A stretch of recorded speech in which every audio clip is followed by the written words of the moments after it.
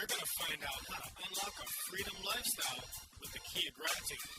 Lifestyle hacker Melissa Withers is up next.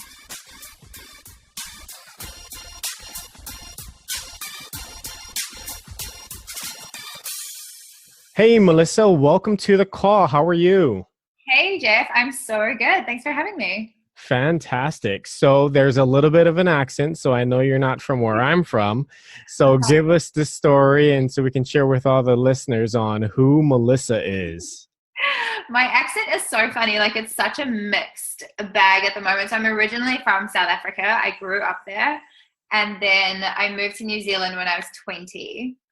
So that kind of like mixed my accent up a little bit. And then I went traveling. I traveled like all of last year and I did like 12 countries. And I feel like I've just picked up like little bits of accent from everywhere. So it's probably mostly Kiwi, but there's some mix in there.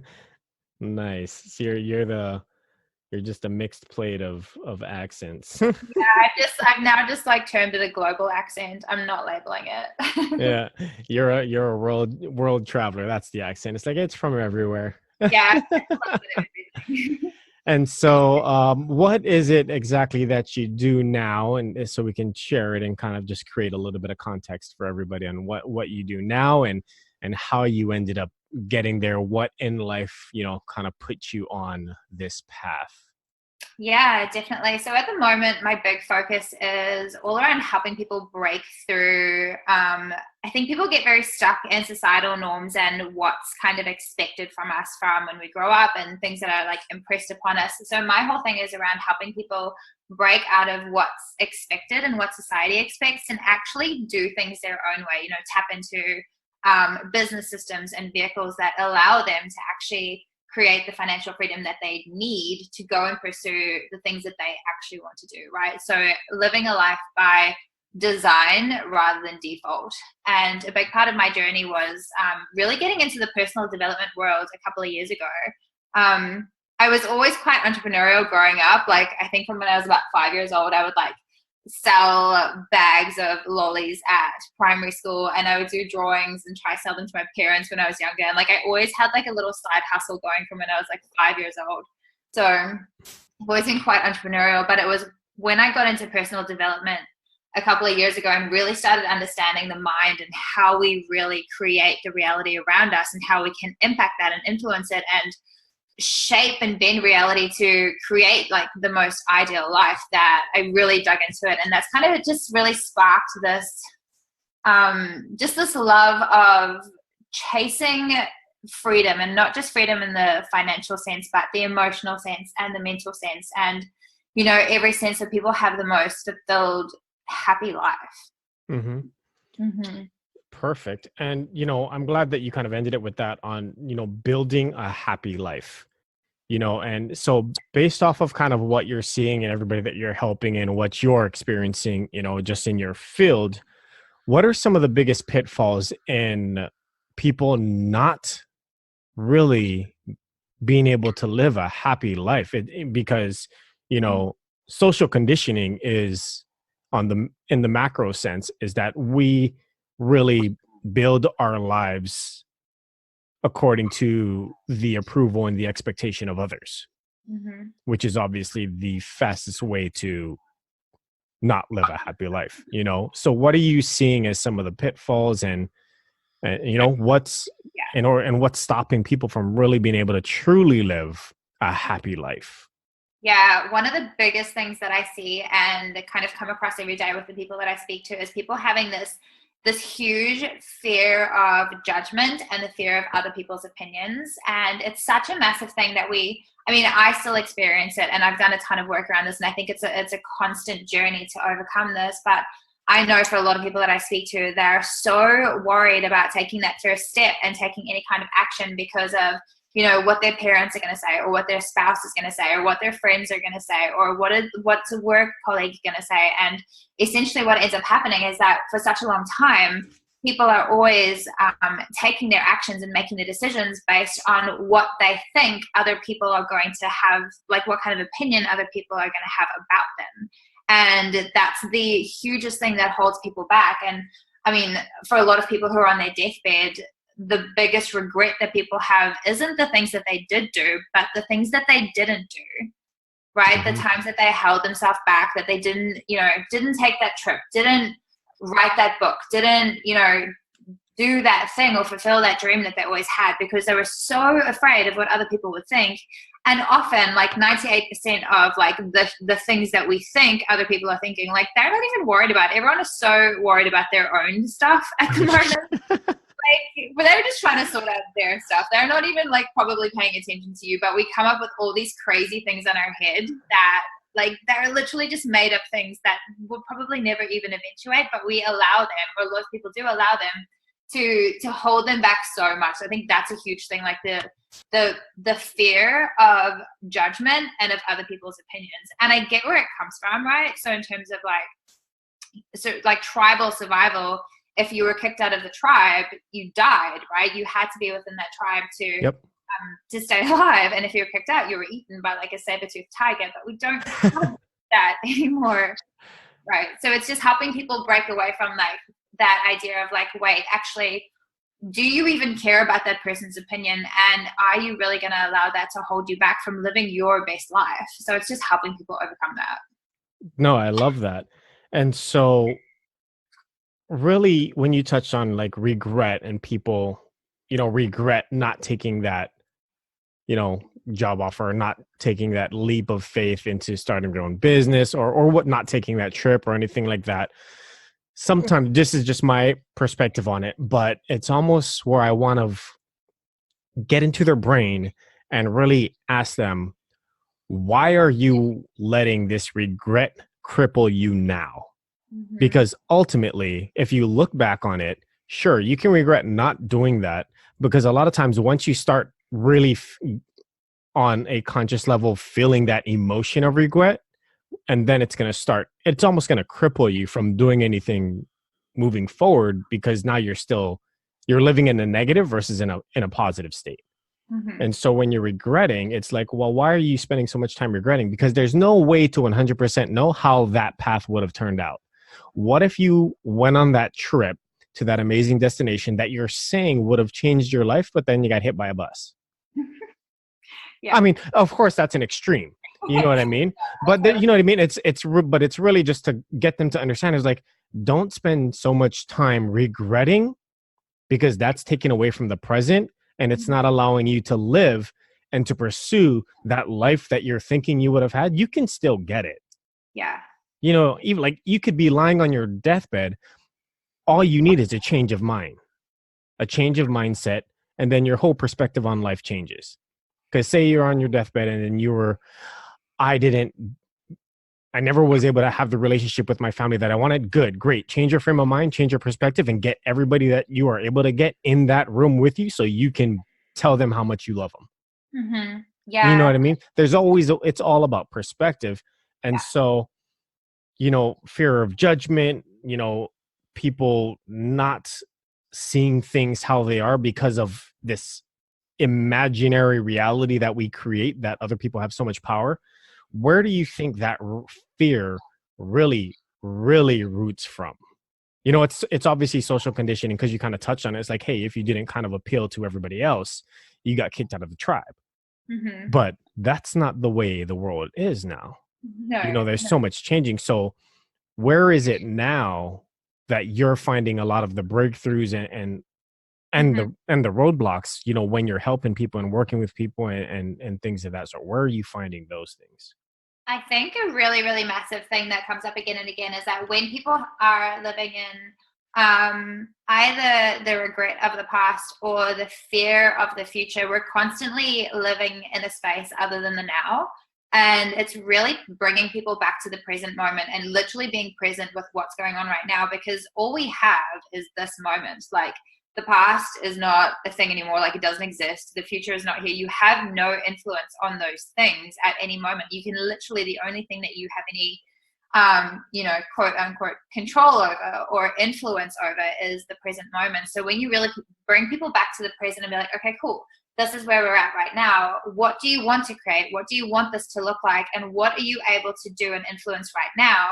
And start taking the steps towards now to really do what you can in the present moment, because so often we're living in like this future paced fear of like, what if this happens, what if that goes wrong, what if this person judges me, and like again, like most of those things don't ever even happen, or people are perpetually living in the past of this constant regret that they never actually move past something. You know, maybe they started a business once and it didn't work out so well, or they had a fallout with a business partner, or once they were in a relationship and they got hurt, and they have that regret and that fear and that pain from it that they carry with them, to the point that it doesn't actually allow them to experience anything new. So it's also this kind of like releasing of the old, you know, like learning the healthy lessons from the things of the past and letting go of everything else and allowing yourself to be fully present and open to the opportunities, because we're living in such an incredible time that we have so much opportunity right now. It's never been easier, like, you know, to launch a podcast, to start a business, to, you know, reach 1 million people online. We can do it in an instant. Like, it's such an easy time. And I think so often people just get so caught up in things that are not very difficult to break through. So I think we have a big responsibility to really help people understand how to let go of those things and really let them tap into living their best life. Absolutely. And I like that you mentioned, you know, like, yes, there's a difference between regretting something that happened in the past or learning from that lesson. And, you know, you term the healthy lessons from the past, you know, and you really touch on it. It's like, it's this fear of, you know, quote unquote, what if, you know, what if this happens? What if that happens? It's because you conditioned yourself to expect that type of outcome based off of past decisions. And then a lot of times I think people are putting blame on others versus taking ownership.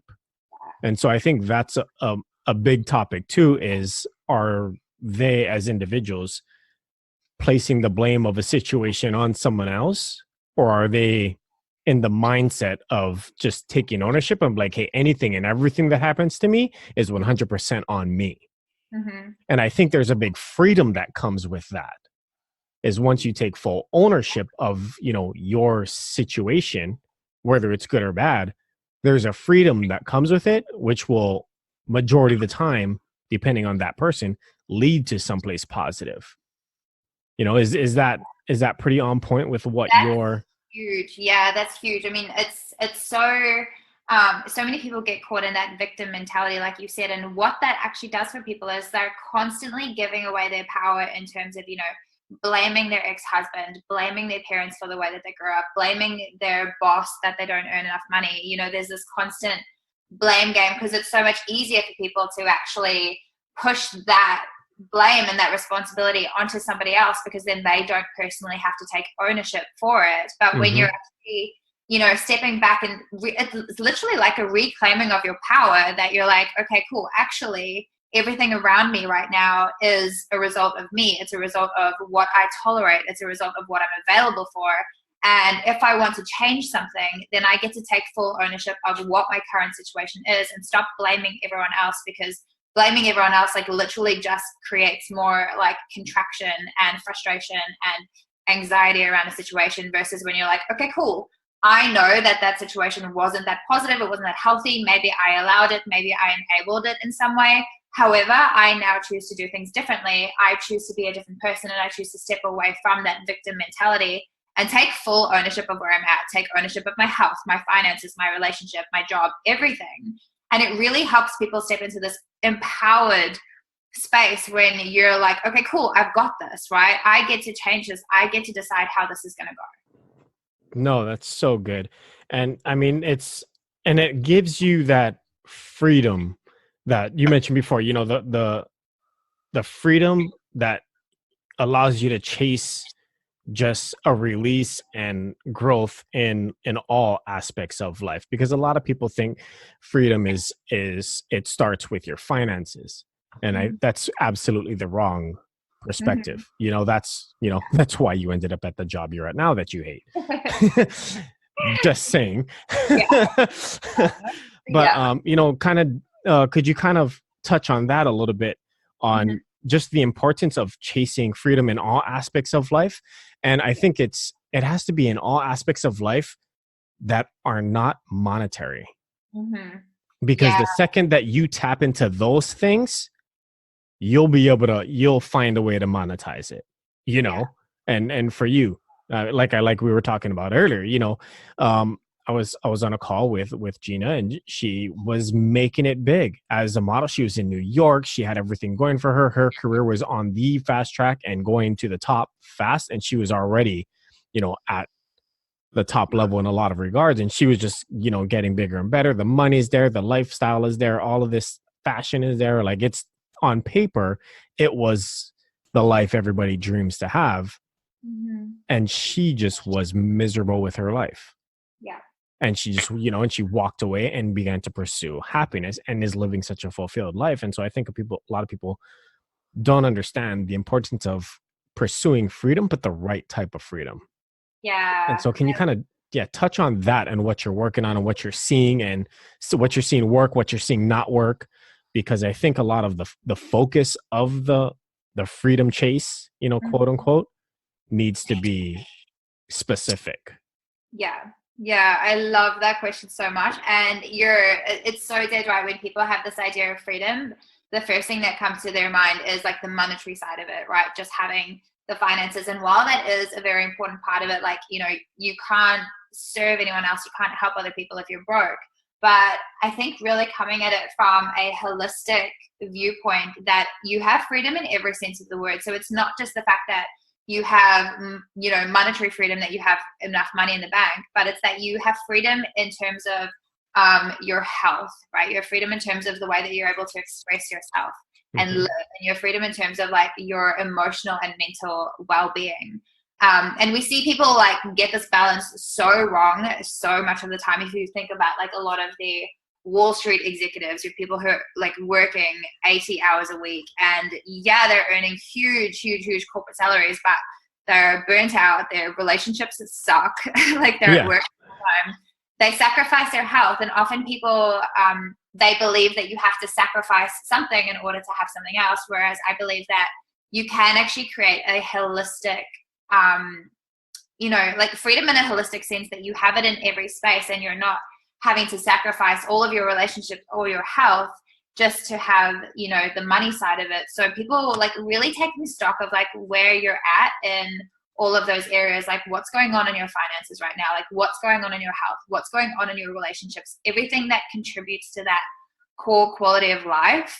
And being like, right, where am I lacking? Where do I get to pick it up a little bit? And where am I sacrificing something else for something that's potentially going to cause more harm down the line than anything else? Again, like when people are working the entire time chasing that, chasing the paycheck, and they have this perception that once they have money, they'll be happy, or once they have enough money, they'll be free. And then they get it and they're like, interesting, this isn't quite what I thought it was going to be, because they've sacrificed so much along the way. So I think really reminding people that yes, freedom is such an important thing, but that you have the freedom in every sense of the word, and really looking at it holistically, because money is important and money helps us do a lot of good in the world, but money is not the be all and end all of having that freedom in life. For sure. Like they say, right? There's a lot of miserable rich people. Yeah, there are. You know what I mean? Like, you can look at the guy with the multi-million-dollar house and, all the cars, the fancy this, the fancy that, and all of that stuff. And the guy's miserable and wants to kill himself. Yeah, and he's lonely, and his wife has left him, and he has no Yeah, relationship. his wife, he's divorced 10 times, Right. and because a lot of people think, and the way you said it exactly is like, once I get this, then Mm-hmm. this will happen. It's like, no, this needs to happen now. So that Right. way you're the right person when that happens.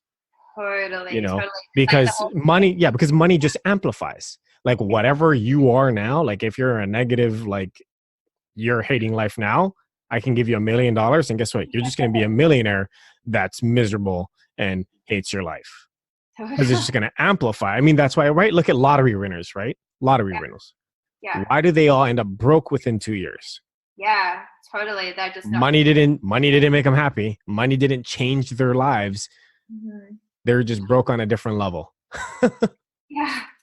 Yeah, totally. And I love that you touched on that. And like money is such an interesting topic to speak about with people because people have so many preconceived negative ideas, even around the discussions of money. And I think that we get to really open the conversation around that because, like you said, money is just energy, right? Money is completely neutral. Money is not good, money is not bad. It's Yep. completely neutral. It's what you use it for. And the more that we empower people to not have this shame and guilt around money and to drop the belief that if I'm successful, I'm detracting from somebody else's success. Like that's not true at all. There's, if you're coming from an abundance mentality, like there's more than enough for everyone. And you cannot help other people. You cannot fund passion projects. You can't, create a really, really good life and support other people if you're broke.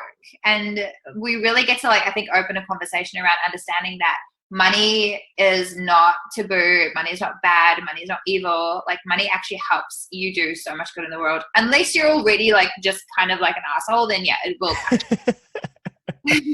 Yeah, it's life has a funny way of doing that. So don't be one. Yeah. But that falls into something else, like another topic. I mean, we'll jump right into it because of the way that you ended that. Is I don't think that people approach life with the correct filter of gratitude. Mm-hmm. Because gratitude will unlock so much that it's ridiculous. You could be having the worst year of your life, and I'm speaking from experience, but if you just find a way to adjust your perspective, because that's what gratitude is, it's a perspective. You can be in a negative situation and on paper your life could be, hell. Mm-hmm. But if your perspective is right and your mind's right and you have an attitude of gratitude, for lack of better words, yeah, it changes the game. It changes everything about everything. And so how have you seen that work in your life? How are you seeing that work in people that you're working with and with all your studies and travels and things of that sort? Because I think gratitude is a word that is not talked about enough on a very serious level. I think people just think it's oh, I said thank you. It's yeah, just because you said thank you doesn't mean that you had gratitude. Yeah, totally. Oh my gosh, this is such a big thing. This is literally, so my morning routine consists of I have a daily gratitude practice that is my non-negotiable. I do that every single day. And I think really helping people understand that gratitude is actually gratitude can pull you out of absolutely any situation, and having that like you said, an attitude of gratitude, it's literally the highest vibration that you can get yourself into. And I think so often we get so caught up in everything that's going wrong in life and everything that we didn't get and everything that happened yesterday and everything that, this person said, that people really get into a negative spiral around that. And when you actually stop and literally it can be as simple as grabbing a bit of paper and making a list of 10 things that you're grateful for, but not just writing a 2 or 3 word thing saying I'm grateful for my lunch. Really getting it. That was a silly example, but something really. No, it's a perfect example because it's the simplest things that if it triggers, because that's all you needed to do. That's what it is. That's why you wake up with and do your gratitude list. Yeah. Because it primes your whole day. It does. And getting to that feeling of gratitude, not just, writing it down for the sake of writing it down that you feel that you've checked it off your to-do list, but actually feeling the gratitude. Why are you grateful for that? How does that make you feel? What does that gratitude bring you? And so there's a book that I read called The Magic, and it has a 28-day gratitude practice in it. And I just do one of those per day. And I allow between 10 minutes and half an hour for it. 10 minutes if I'm stretched, but I will come back to the feeling of it during the day. But it's as simple as writing down 10 things that you're grateful for, and also getting into gratitude for the things that you're currently desiring to call into your life, right? The things that you want to create that haven't quite come to fruition yet. When you're feeling that gratitude and literally getting into that space of that thing already having happened and being here, and you're feeling it, I've honestly noticed this in my life so much. I have had things show up within 24 hours when I really get into that space of deep gratitude of already having that thing, of having that outcome. So I think if people really start to implement and practice gratitude, not just from the surface level of thanks, but literally why are you grateful for that? How does that make you feel? And it really amplifies like every part of your life. It's so powerful. No, yeah. And so what are you finding to be one of the blocks from Mhm. people really understanding this? Um, Honestly, like lack of implementation, a lack of actually um, doing it, right? Like literally for lack of a better term, like they're not actually doing it. And if you haven't actually done something, like I can tell you over and over again that this is the most amazing practice in the world, but people don't actually learn until they do it themselves and they have that experience for themselves. And people don't actually change until they want that experience and they want that change. So I think if people just really started to actually adopt this, and I think also like as we have this responsibility to make sure that people are educated and that we're getting a lot of this out there of like the power of gratitude and really understanding the science behind it and how it actually changes the chemical balance in your brain. Like we're not just talking like the woo woo, like, hey, grab a pink pen and like write out that you're grateful with some love hearts. Like it's so much deeper than that. It's literally like altering the chemical structure of your brain, that you're calming your heart rhythms, you're getting into a more stable state versus the fight or flight, you know, mode that you could be in before that, when you're anxious and you've got fears and you're frustrated. So there's such a like a deep physiological, chemical, and mental benefit of getting into a state of gratitude that people really get to learn about. Yeah, absolutely. And I like that you keep touching on like the feeling, Mm-hmm. because you prime yourself, you need to put yourself in that moment, because then that's how everything else around you can start changing. And so can you kind of really touch on like the importance of not just, going through the motions, but the importance of really getting to that feeling? Because I can be really, really grateful for something, and then I can have gratitude for that thing, but I can have the feeling and everything. Like I'm getting to it on almost like a subconscious level, for lack Mm-hmm. of better words. You know what I mean? If that makes sense. And Yeah, so, totally. and really, can you kind of dive into the importance of truly just like you're almost looking so far inwards and in that state of gratitude Mm-hmm.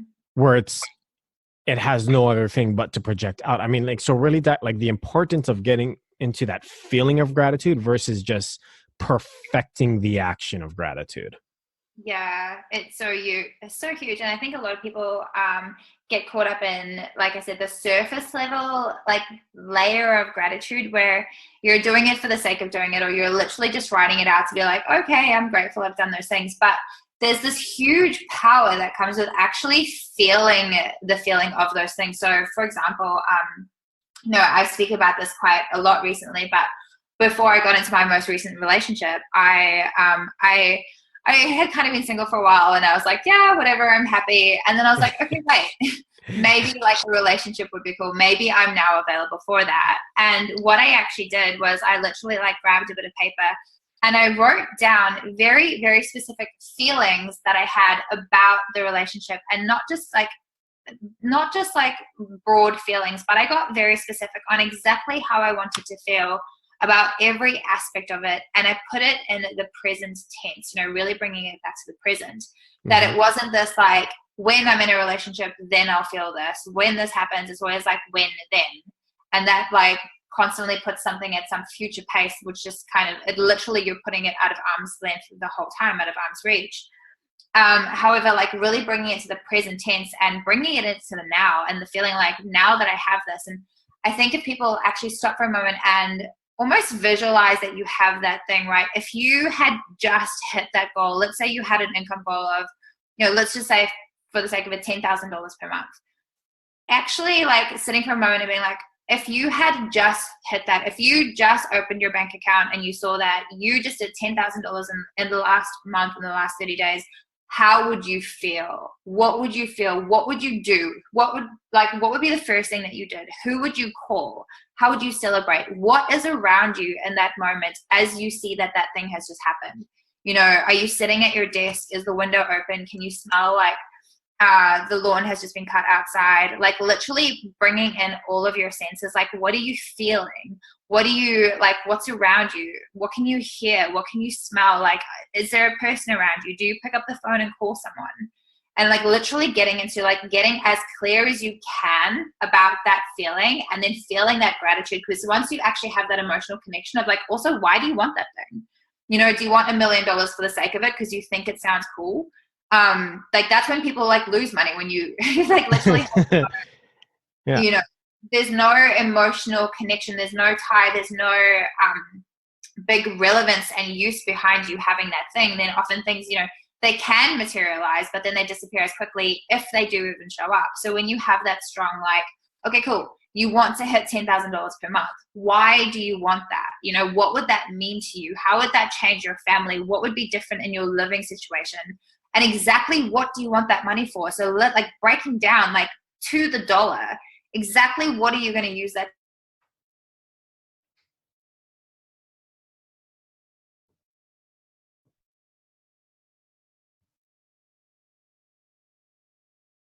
Hello? Did we lose you? Okay, sorry, can Yeah. you hear me?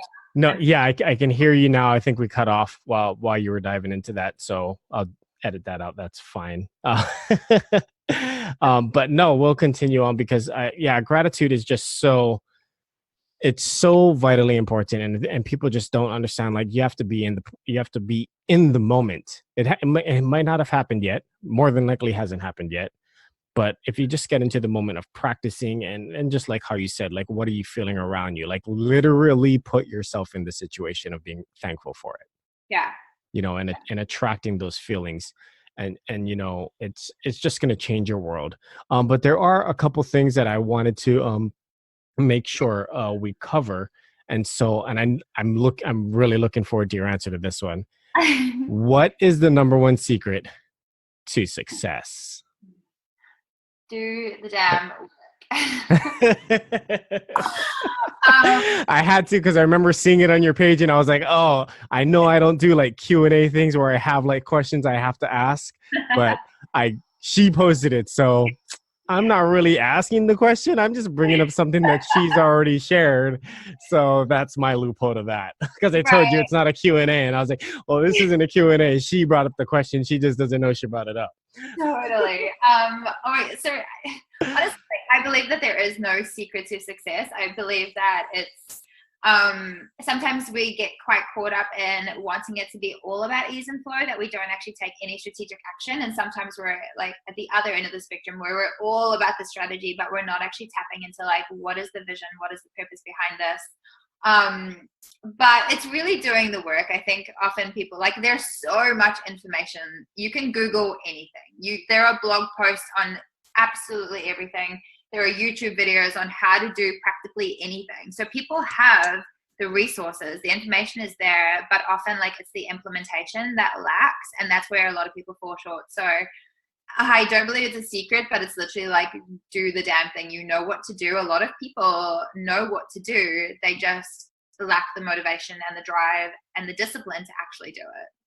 For sure. And where do you think that really comes from outside of, you know, in a broad sense, we can just say because there's a big victim mentality, there's a bunch of entitlement in society, and it's, you know, it's almost becoming an epidemic in a way. But, you know, where does it really come from? Like if on a micro sense, like if they get so caught up planning, you know, they're people get so caught up planning for success where they never start putting in the work to achieve the Yeah. success that they're working for. You know, where is that coming from? Like, Yeah. what is that? I think it's different for everyone. One thing that I do see pop up a lot is this idea of perfectionism, that people won't actually take action until everything's perfect, until all of the copy has been reviewed 17 times, until the photos are perfect, until the website is spotless. And we get into this like analysis paralysis where you are so stuck in overthinking it that it never actually gets out into the world, and you're constantly refining and you're constantly trying to make it better, and you're constantly rewriting that chapter of your book, and you've rewritten it like 13 times already, and everyone's like, get the damn book out already. I think people get very caught up in, and I always feel like this ties back to like that fear of judgment, that if they don't perceive it to be perfect, they feel that they'll be judged, and they'd almost like rather not put out work than have what they believe in their head is like not perfect enough work. And I believe that like done is better than perfect. Like actually getting it out there, because you have no idea if something is going to work, if people are going to love it, if you're holding on to it and if you're not actually putting it out to the world. Like you've literally got no idea. And this is where all the stories and the things come up, that we make up all these scenarios in our head versus like actually going, do you know what?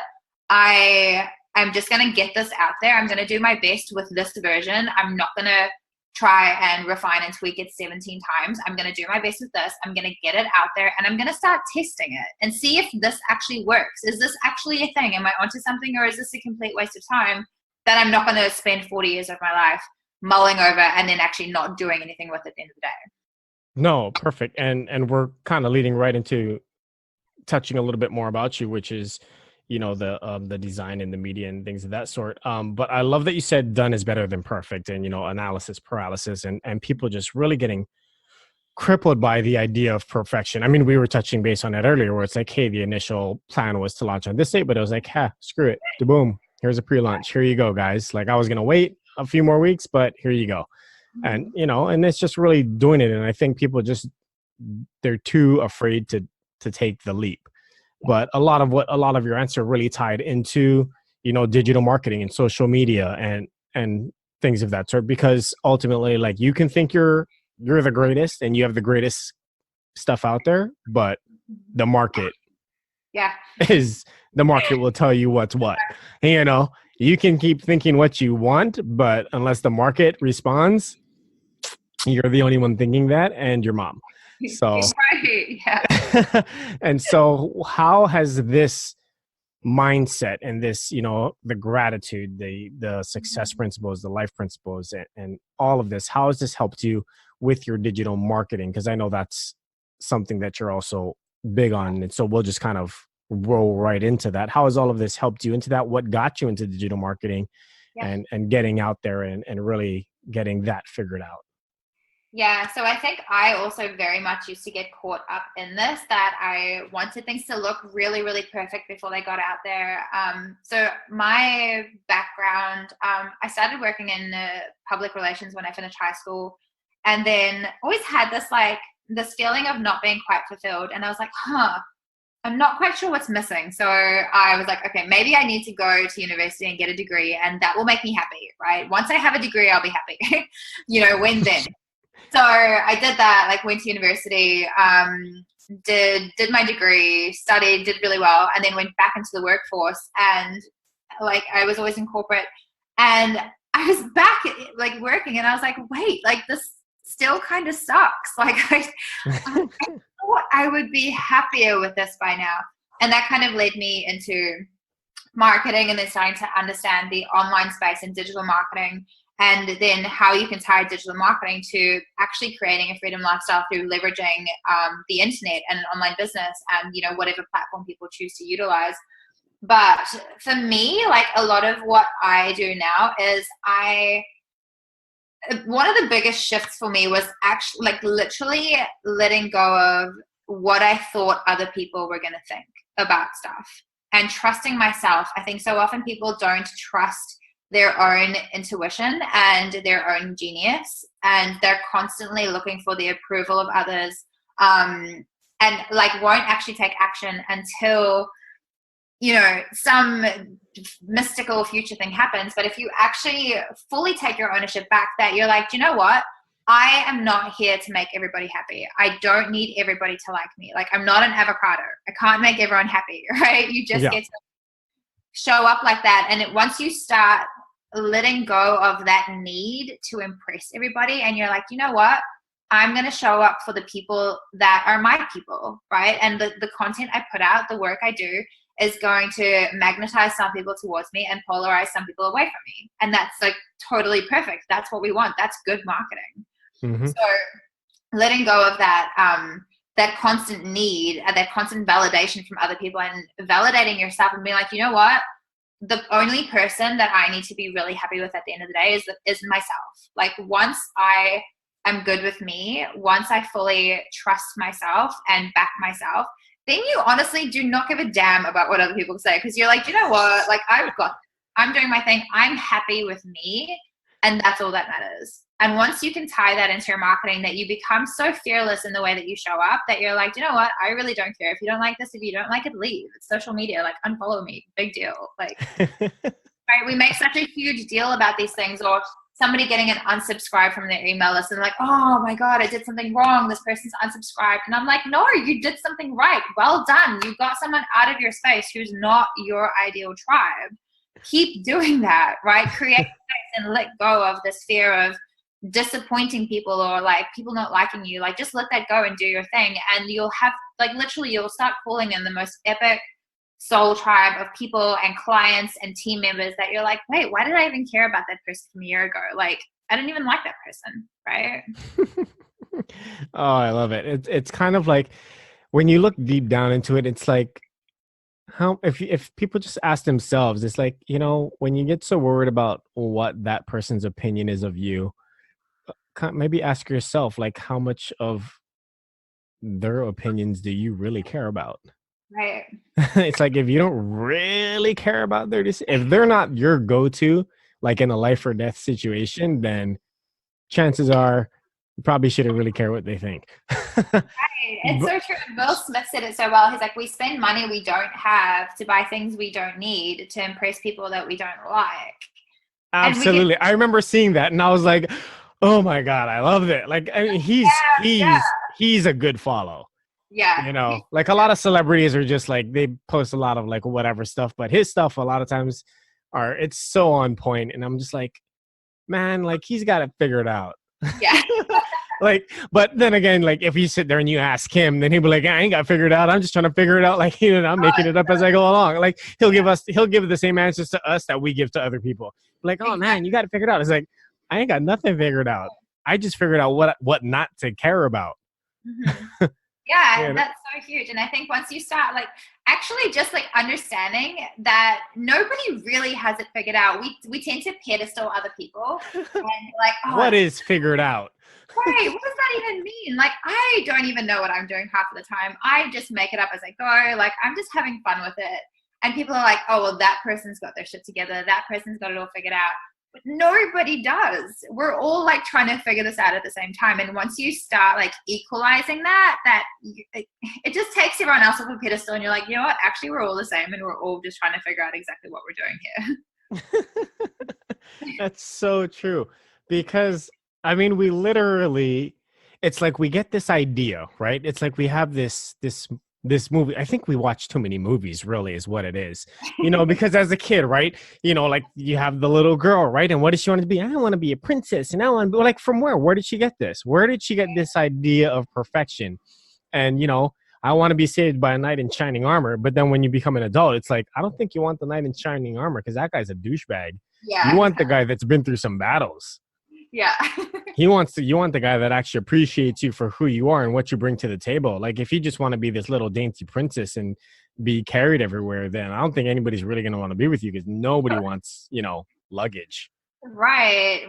And that's such a big thing. Like, how much does media have to play with the false perceptions people have about life and about how life should be? Because I think that's the thing that like really screws up a lot of people is their idea of how it should be. And they have this preconceived idea about how a relationship should be. You know, women are like, oh, the guy has to pay for everything. Or, you know, in work situations, we have these preconceived ideas of how we think it should be based on the conditioning from, you know, movies, from entertainment, from TV. Like, people consume so much external content that you almost go into like zombie mode of like, you're kind of just like following the rest of the sheep in the herd because that's what everyone else is doing. And like, no one really knows why they're doing it, but they're just doing it because everybody else is doing it.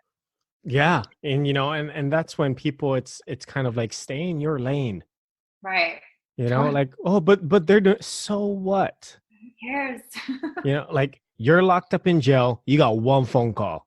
Are you calling them? No? Then why do you care what they think? Why do you care what they're doing?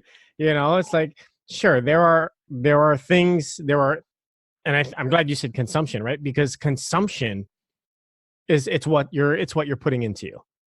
Yeah. You know, on every level, whether it's visual, you know, Instagram, Facebook, audio, whether you look, what music are you listening to? What movies are you watching? And I get it, like sitting there and watching the big thing going on right now is Game of Thrones and the new season or whatever that's just launching or whatever. And sure, like I watched the other seasons or whatever. Like at first I was one of those like I'll never watch Game of Thrones. Like I don't even know what it's about, and everybody thought I was crazy. And I was like, well, I live in the category of you don't know what you don't know, so Yeah. I'm not missing out. You think I'm missing out? I'm not missing out because I literally know nothing about the show. Uh-huh. Outside of the fact that everybody seems to rave about it, but it's like I've always been one of those where it's like you can. I don't care what the reviews say because I've watched movies that had horrible reviews and I absolutely loved them. And then I watched movies that had great reviews and I thought they were pieces of crap. Yeah. It's like I'll be the judge for me. Great. You can love the movie for you and I'll love the movie for me. And Yeah. and so of course you want to be able to, be brain dead and kind of just watch something for the humor of watching it and getting that type of fulfillment. But on just in the general sense, consumption is so important. Because what is coming in, and I've used this example before, is like you are like a pitcher of water. You can only pour out what's being put into you. And what's being put into you is every channel that you're consuming.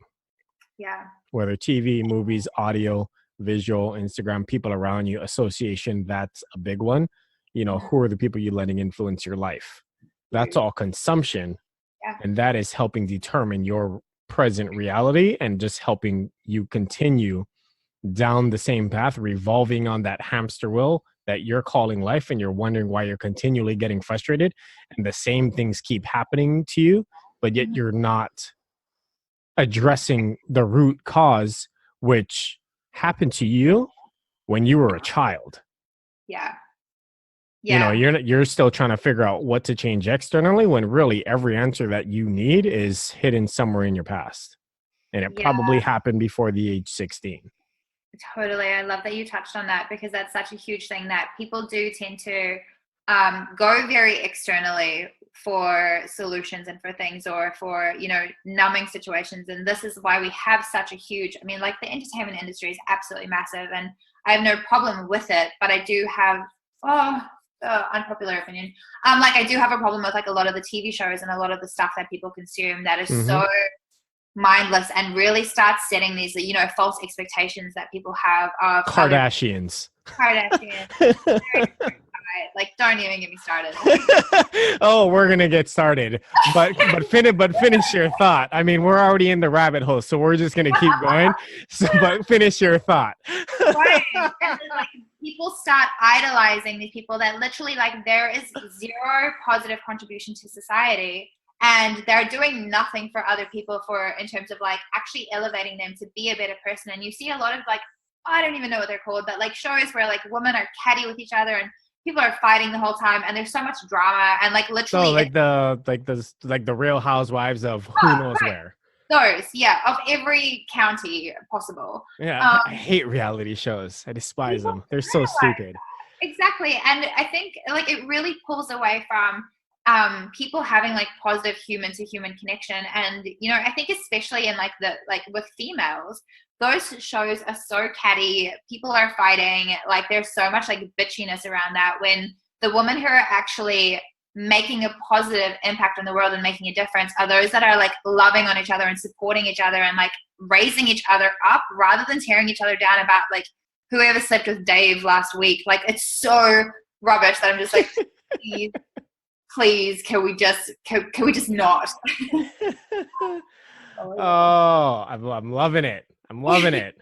And so really, what is your, because this is a real thing. Like it's funny. We're laughing and having a great time with this.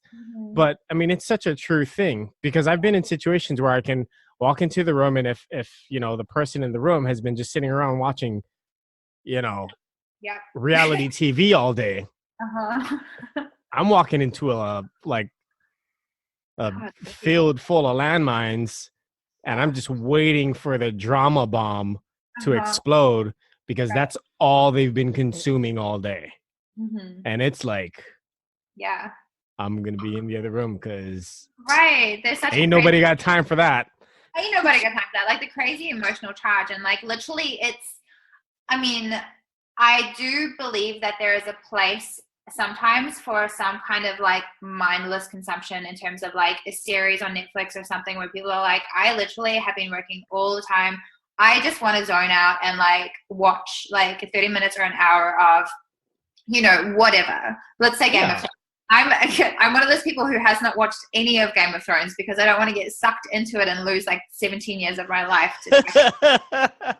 Not prepared to go there. I'm gonna admit it. I did get sucked in. I watched it, and like it's good, but I'm one of those, like, I'm not gonna like involve my whole life about it. It's gonna be during that time of when I want to zone out. So Like down.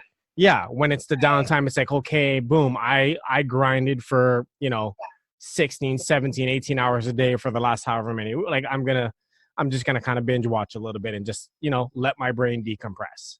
Right. But Exactly. during that time, I'm also missing like half of the show because my brain is still going. Like, oh, I can do that. Like, you know how it is. Like your brain's just going. Like if that's who you are, your brain's going. It doesn't matter what you're doing, your brain's going. I get it. I could be watching a show and it could be great and I could be engaging the show, but in my head, I'm also still, working on the next project or thinking like, hey, what else can I do? Yeah. Yeah, totally. And I think if people I think it's as simple as taking stock of how do you feel after you've consumed that thing, after you've, been through the latest, fashion magazine where half the women are totally airbrushed. There's such a fake way that news is portrayed that people forget what's real, and then they really take that out on themselves, and then this is why we have so many problems with women with body image, or people not feeling good enough, or feeling like they don't look like that. Little girls who are like 3, 4, 5, 6 years old thinking that they're fat or that they don't look like that woman in the magazine. It's like that woman in the magazine doesn't even look like the woman in the magazine. And I think if we really bring it back to like what's real and pull away from all the drama and all the fakeness and everything that's out there that people just consume for the sake of mindless consumption that makes them feel worse afterwards. If you take stock of how you feel and you come out of something feeling negative or drained or like pissed off about like the outcome of who married who, is that really something that serves you? Is this really serving you? Right? Oh, absolutely. It was one of these things that happened recently, or no, I don't even think it was recently. I think it was a while ago. What the thing, the royal wedding or whatever it is, right? Like everybody's posting blah blah blah and all of this stuff, and I think I put because I got so tired of it. I think I posted something where it's like the only wedding that I ever really cared about, and it was the picture from the wedding of that movie Coming to America. Uh-huh. Like at the end of the movie where they finally got married. And I was like, here's the only wedding that the celebrity wedding that I care about. And it's like, Yeah. who cares? Right. Like this whole thing is a media stunt Mm-hmm. to make money for them. Like, Yeah. do you know the rights that they're selling to all the news channels, to every single camera, to every single photo that's being taken? And all you people are just making that dollar value go up Right. because you're too busy watching that.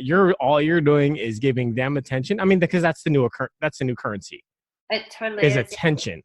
And Yeah. and then this will allow us to get out of that world of things and come back into business and digital marketing, is because it's attention. But that's a perfect example. Is that wedding is Yeah. it was probably the most watched wedding in the world, Yeah. and probably will be until the next royal wedding. Yeah. And because they're making money off of everybody's attention. Every photo, every news article, everything they're getting paid, buco bucks for, Right. whatever it is, pounds, or whatever it is there.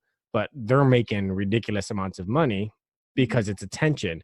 And so I think a lot of people on the consumer end of things, we just need to figure out where to direct our attention, because where we're directing our attention, if we take inventory of that, that's really going to give us a clear example of why Mm-hmm. our lives, why our present reality is, why our perspectives, like all of those things are the way they are. Yeah, attention is such an interesting thing. And I mean, that's like literally the whole digital marketing space is you are literally fighting for people's attention. Like you're fighting to stop the scroll on Facebook. People are so like oversensitized with all like everything around us. Like literally like Facebook is updated. Like every few seconds there's new stuff, and people like we have attention spans that are shorter than goldfish. Like literally like we have less than 10 seconds, and then our brains are so used to like the constant multiple stimuli that our attention spans is just so screwed. And that's the whole thing with like, you know, being online, is actually being able to grab people's attention in a way that is relevant for them and touches on something for them, that also is not like the Kardashians or Married at First Sight. Yeah, you know, and so to dive a little bit into the digital marketing space, just to bring content for or some value to anybody that's in the marketing space or in the business and wants some ideas. And really, what are you finding that's working in digital marketing? Because that's exactly what you said. It's not even less than like 10 seconds. Like you're at a max 3 second time frame. Yeah. Where you need to grab them or they're gone. Yeah. And the younger they are, the lower it goes. The older they are, the longer you have. And so that's even relative to the you know, the demographic that you're trying to capture. Yeah. So the younger they are, you better be even more on point in your first 1 to 2 seconds. The older they are, you got maybe that 5 to 10 second buffer, because, you know, they're older, they scroll slower. That's just a fact. You know, it's technology. We didn't, you know, they didn't grow up with it. So they're not like the kids where they've had a phone since they were 4. Yeah. You know, they're growing up and that's why it's such well, no, you need to go outside and play with sticks. I was like, well, did we really do that? Because even in our age, I'm 34, 35, whatever I am, you know, I played outside, but we were still like that middle ground where it's like, sure, we played outside, but I also know, I grew up with Nintendo. Yeah. Yeah. You know, so we were like that. We were like the transition generation. So it's like we didn't spend all our time playing outside, like it was in the old days, like in, you know, the 50s and 60s, and that type of stuff. When everybody else is growing up, it's like that world stopped existing a while ago. And so, no, you know, and so it's kind of like, how are you finding to really be able to grab that attention, and what are you finding working in that space in the digital marketing? Because attention is so. And it's different with every demographic. It is. It definitely is. So something that you can leverage if you're in the online space, the digital marketing space, is really utilizing the knowledge that people have a very short attention span. So things that are working really well in social media right now are like 15-second clips, videos, like 1-minute videos and 15-second videos. So essentially, like, stories will outdo timelines and permanent posts. Like, they'll still be there. However, people are in such like mass consumption mode that what's working really well in the online space right now is having short bursts of content where you're literally like just giving people value, like a 15-second tip on something, or like a 1-minute, like, hey, here's you know, when I was younger, I really struggled with confidence in being able to speak to other people. Since I've grown up, I've now developed this, and here's a couple of tips that I have to help you speak out if you feel you struggle with confidence. And you're just giving people value. You're literally just breaking it down within like that 1 minute that people are able to focus on your video, if you have good, valuable content, if it's not just selling, because people are so hyper aware now of selling online. You know, the whole, like, the things that used to work a year ago, and even like definitely things that used to work 2 years ago and 3 years ago, do not work anymore. Like, people are so wised up like to selling online. So things that are working really well if you are in the online space is value driven content that you're not actively asking people to buy from you the whole time. You're delivering 70% more value than you're asking for a sale. And also having short, sharp bursts of content. So like Instagram stories, Facebook stories, like doing 15-second clips, and then doing like 1-minute videos on like your Facebook page, or like Instagram TV work really well when you want something a little bit longer, but really tapping into that, knowing that people have a shorter attention span, and almost like capitalizing on like, okay, cool, how do we get to create content that is well catered to people with a short attention span? Like, putting an hour or 90-minute thing out there, like, you're going to lose people so quickly unless you have the best, most engaging content ever, which a lot of people struggle with. Yeah, I mean, you're going to have a subscriber base before you can start, you know, capturing somebody that's going to sit there and listen for an hour. Totally.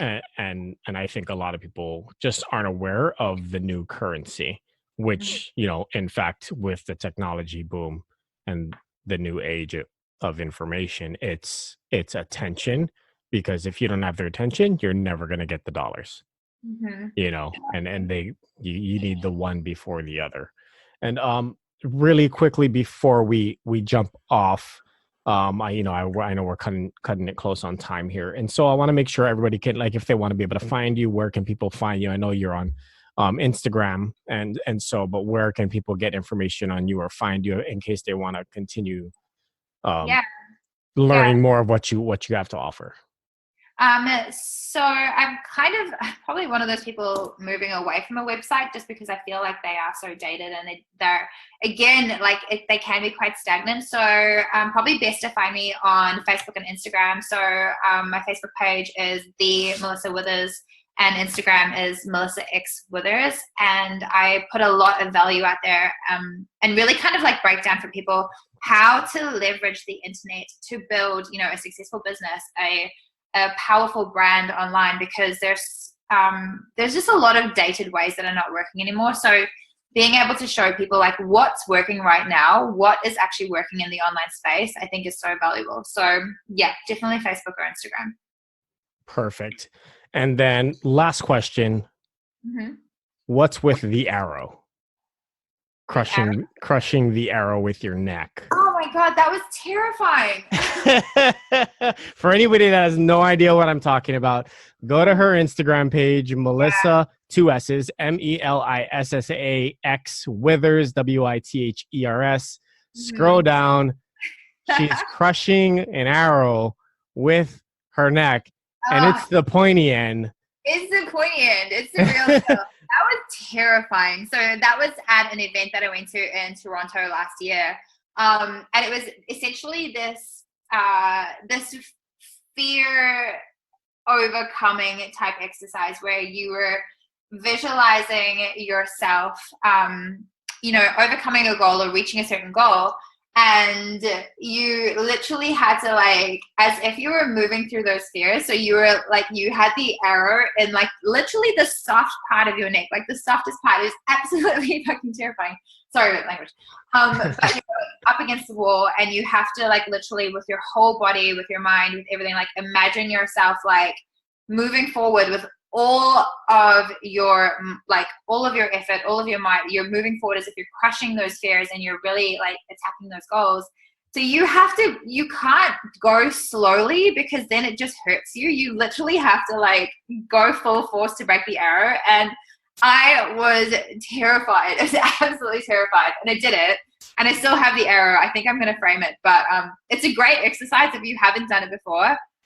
Do it under safe conditions. Like I was like, wait, that's gonna go in my neck. I'm probably not going to. Yeah, it was a great exercise.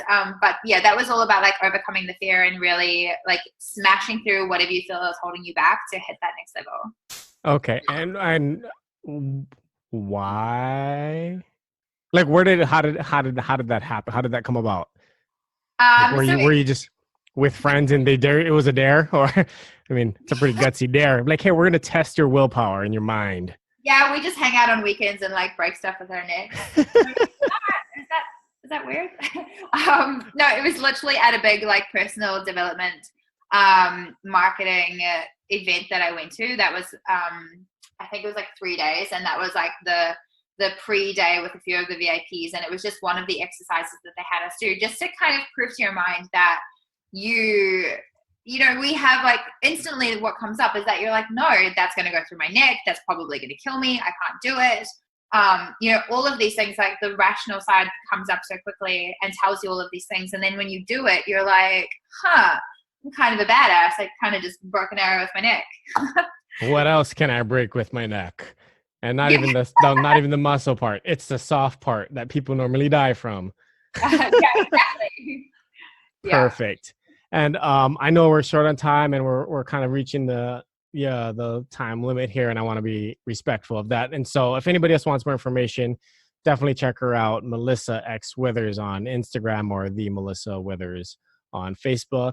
And if not, I believe we will have that information on the website. She'll also be on the website, therealgfphil.com. And thank you, Melissa, for your time. And, look forward to chatting to you again soon. You're so welcome. Thanks for having me. This has been fun. Yeah, we'll do it again. Thank you. Thanks, Jeff. Yeah. Hey, guys. Thank you for joining. I hope you enjoyed that episode of Blast Talks. Make sure you subscribe. Make sure you tell your friends too, because we got a lot more coming for you. and I know you're going to love it.